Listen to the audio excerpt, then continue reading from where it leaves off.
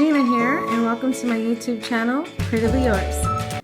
Today I'm going to be doing another beginning coloring tutorial for digital stamped images. You could also apply this to regular stamped images, but for the purpose of this video we'll be using the digital stamped images that I have available at Whimsy Stamps. Today we'll be featuring Mr. Owlie. He is one of my favorites, and I did him a dimensional. This is a dimensional piece. So for this, you will need two of the digital stamp prints. This one is going to be colored in a smaller size. As you can see, he's much bigger than this. And you know, please forgive me for having to use my iPhone for these videos. It's just my other camera died on me. For now, I just had to use what I got. And that's why I'm doing also this tutorial on using Sharpies and colored pencils from Crayola, because I'm just using what I have.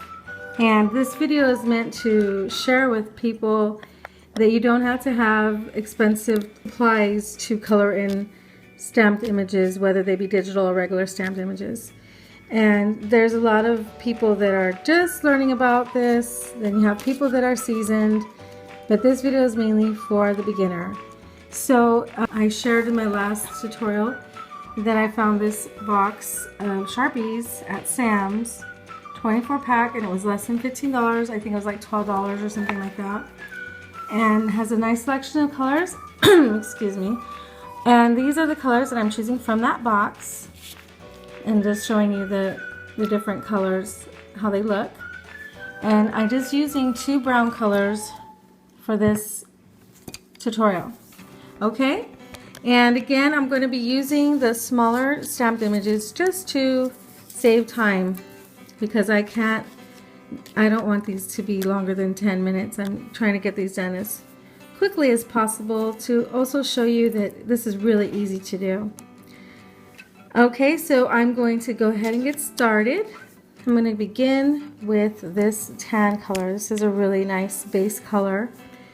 And what I'm going to be doing is coloring almost all of him with this color, because this is a base color. Coloring in his face, even his little eyelids. You want to leave the whites of his eyes alone. And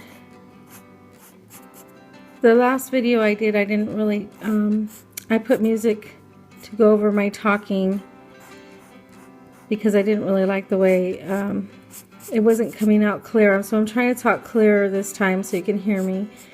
And I will put music in the background just so it won't be so boring.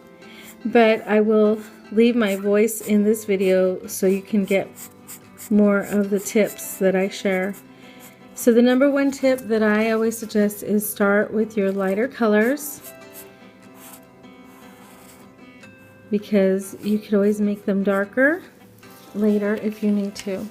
So I'm coloring his ears, his head, his eyelids, and the bottom part of his little body, not these parts here because they're going to be brighter colors.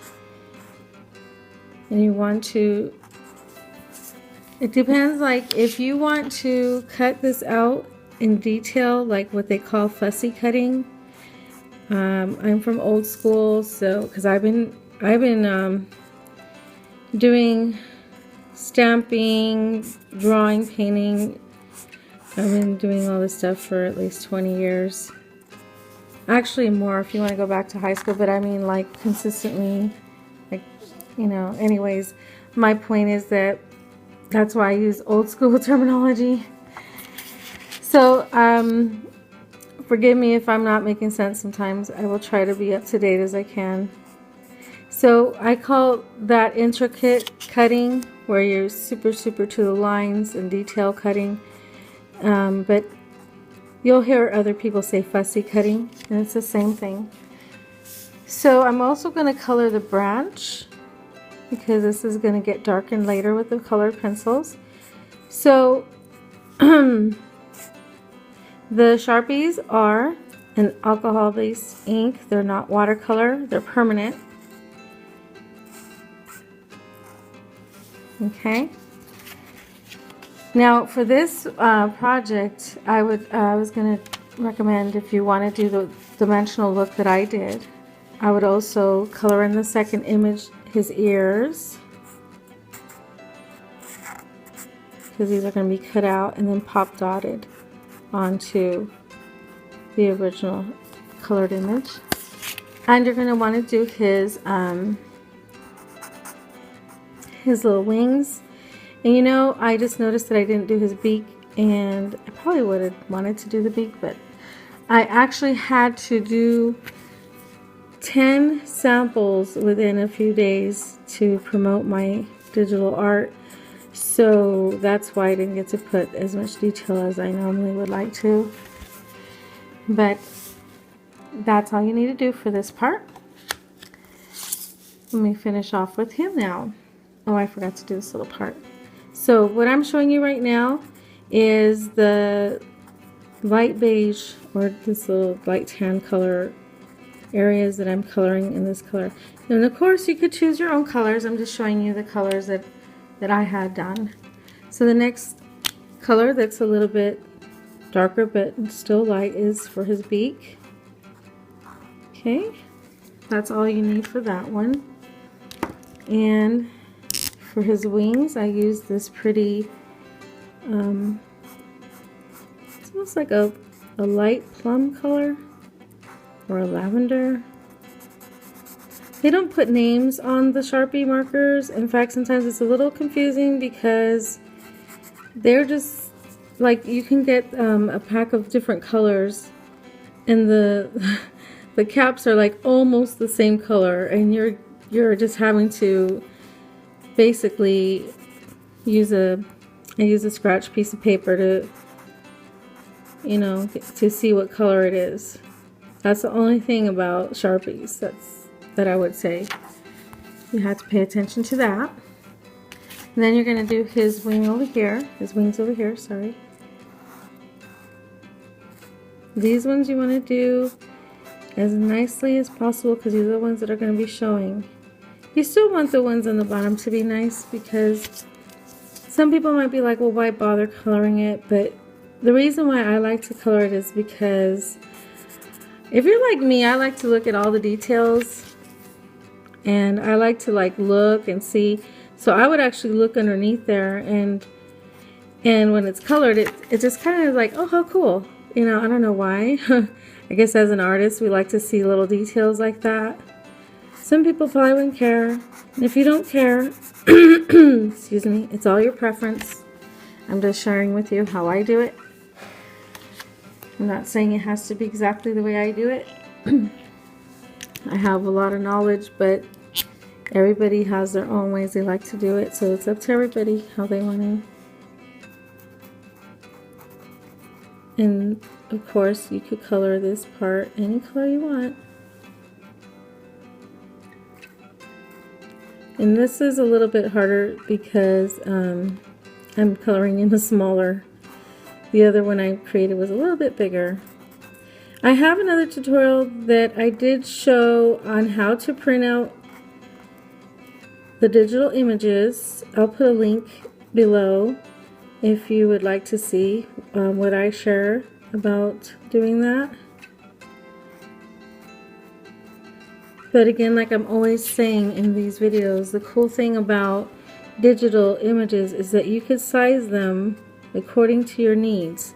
Like I have a creative team member, she made them even smaller than this, and she watercolored beautifully the smaller image, and it looked like she printed them as like a contact size, the size that they make for like the really small square sizes. And she made it into a cute little keychain. So yeah, you can make these much smaller. You could also color these in digitally if you're into, you know how to do that.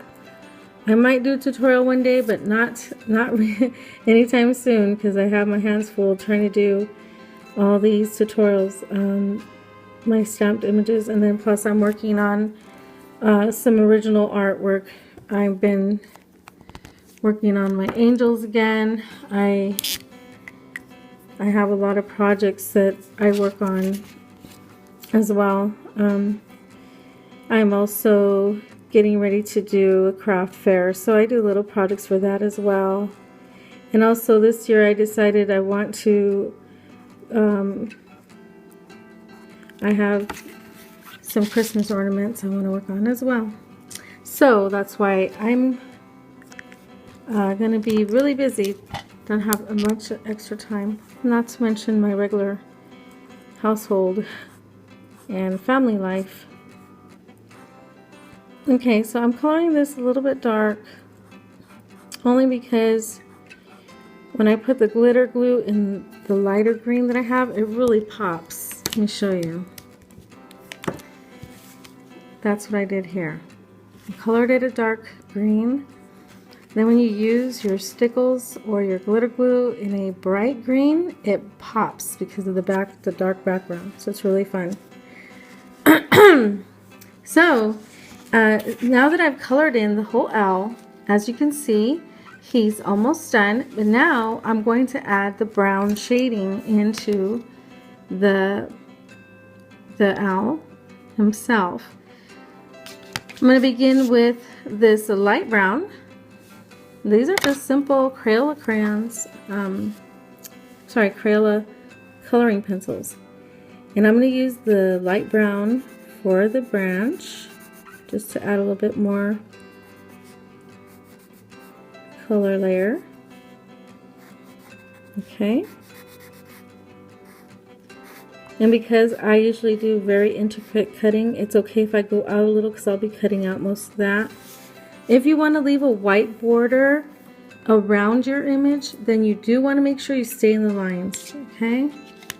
So now I'm going to move on to the regular brown, and I'm just going to add a little bit under here to be a little bit of shading, and also to just work on these lines just a little bit. And then I'm just going to color in his body.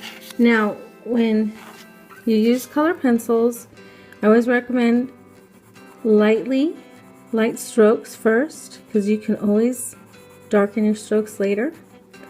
And I also don't mind the lines in this one because I want to have it have a little texture. But if you want a smooth look, there are tutorials on how to do what's called, they use a mineral spirits called Gamsol.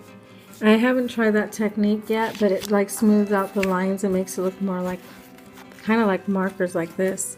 But I, as an artist, I guess is why I like the lines,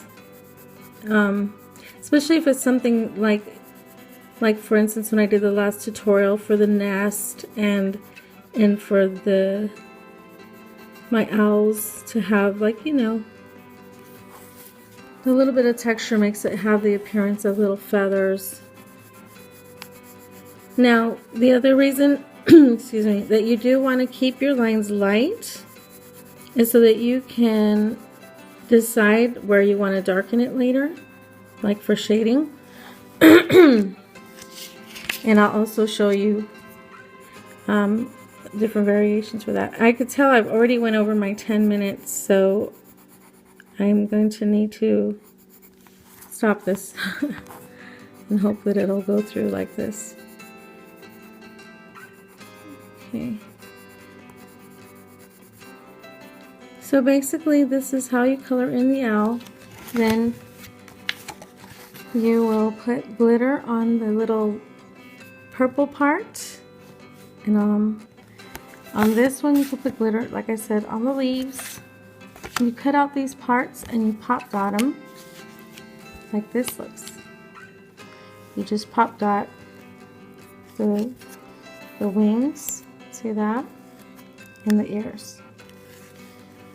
And that's how I created him. So thank you for watching and have a nice day. God bless.